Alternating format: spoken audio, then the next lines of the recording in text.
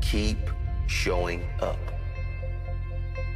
If no one invests in you, invest in yourself. If no one believes in you, believe in yourself. Even if you don't see the results right away, keep showing up until you do see the results. Even if you don't see the results for a very, very long time, keep showing up. What if the results don't come? They're not going to come if you quit. Keep showing up. I'm tired. Keep showing up. I don't feel like it. Keep showing up. I can't see any results. Keep showing up. I don't know where to start. Just start. Do something. Take that first step. Every step you take adds up. And sooner or later, you'll look back and see that you're at the top of the staircase. It doesn't matter if you can't see the top from where you are. Just know that if you keep climbing, if you keep learning how you can get to the next level, you will soon be exactly where you need to be. If you quit, if you never start climbing, if you never take that first step, you'll never get there, and you'll forever live in regret.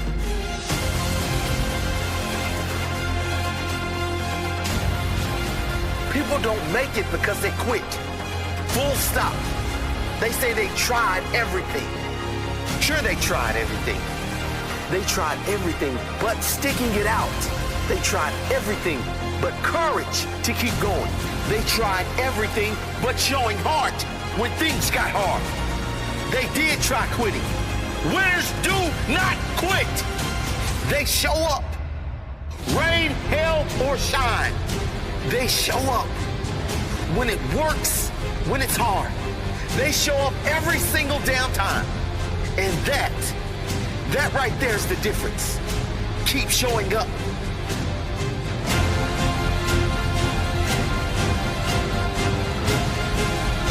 Rain, hail, or shine, success is mine. Hard or easy, slow or long, success is mine. Feel like it, don't feel like it. Success is mine. Failure, setbacks, naysayers, success is mine.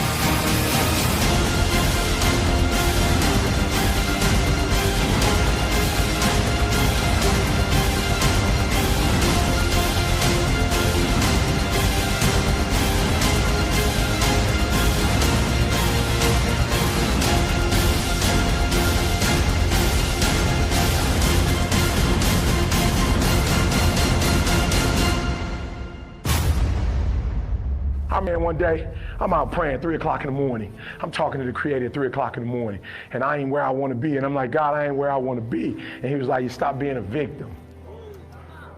I said, what you mean a victim? Well, it ain't my fault my mom got pregnant at 17. It ain't my fault my daddy wasn't there. It ain't my fault they couldn't get along. It ain't my fault. He said, boy, you grown.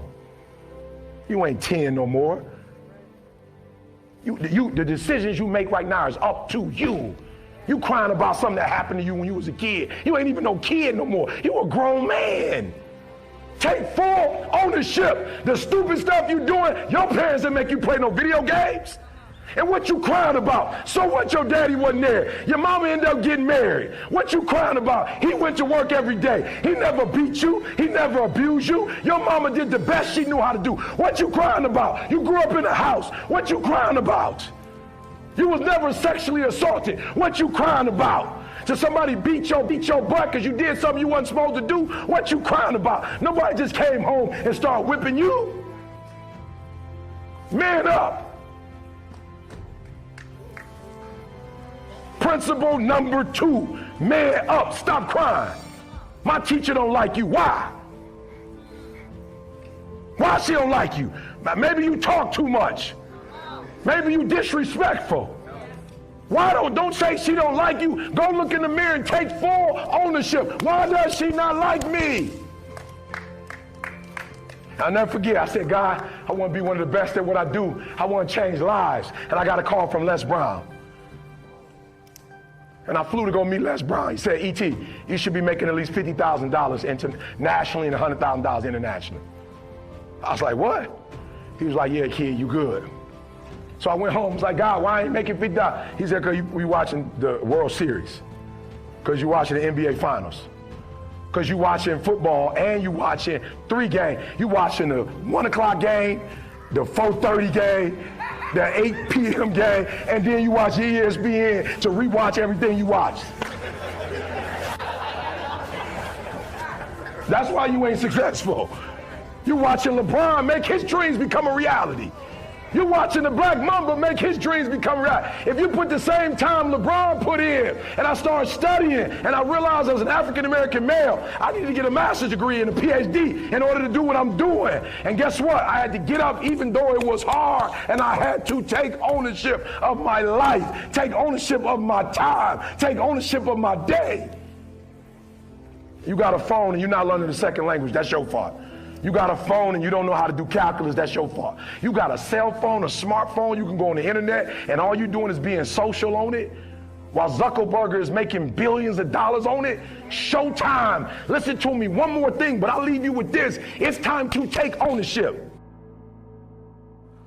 I love my daughter to life, but when we go to the gas station, my baby girl get out and pump the gas. Somebody said, why you make your queen to be? Why you make her pump gas? Because I need to teach her one day I might die on this plane and she need to know how to put the gas in the car. Listen to me very closely. Make these boys grow up. Fellas, take ownership. Don't you ever say you don't have something because of what somebody's doing. So I need you to take ownership of your time, of your what? Of your mind, of your what? Oh, come on, y'all playing. I used to get so mad at Jalen. Jalen would get up. I knew it was football day because he'd get up 6 o'clock in the morning. His uniform was ready. His shoes was ready. And he would eat breakfast. I'm like, what's going on? He like, game day. Friday night lights, game day. And I would be so upset. And he like, why you hating on me? You hating on me, Dad? Like, you can't stand, I'm going to be a football player. I'm going to the league. You hating on me. I said, I'm not hating on you. But what I hate is that the energy for school and the energy for life, you don't have the same energy for that you got for football and girls. All I'm asking for is the same energy you put in sports. I'm asking for the same thing in terms of your mind. So before I go to my last one, first day of school, Jalen is at a predominantly white school. No white, no black professors. No, it's a high school. No teachers, no administration, no faculty or staff. I send my son to the school. My son get to the school. I pay attention. They got like, well, you can go online and look at their grades. First test he got in math was a 38. Second one was a 58. And my son didn't know it, but he forgetful. So he left the password in that joint. I wrote it down. So I was just going on a sneak tip without even knowing, looking at his stuff.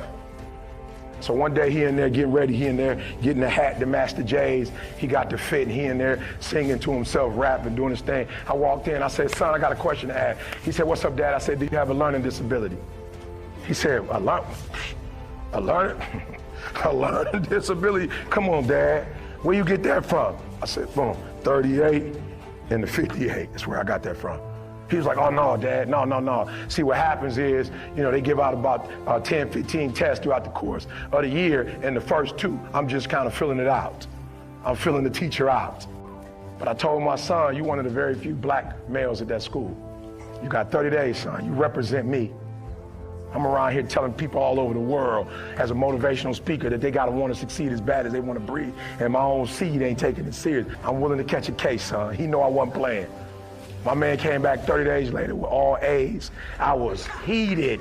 I was upset. And he was like, Dad, it seemed like I do bad, you pissed. I do good, I can't win. I said, I'm pissed because you should have been doing this in the first place. But now somebody got to tell you they're going to whip you or they're going to disrespect you in order for you to do. Take ownership. If you don't get all A's in the class, do it. You don't need nobody to give you $50, $100, no pair of shoes, take you on no trip. You a grown man. Do it because you can. Do it because our ancestors couldn't. My man at the University of Michigan, do you understand 100 years ago, those Africans that were enslaved could have went to U of M and murdered, could have went to Princeton and Harvard and Yale, but it was illegal for a black man or a black woman to read. They would lynch you if you got caught learning. And here you are with the opportunity.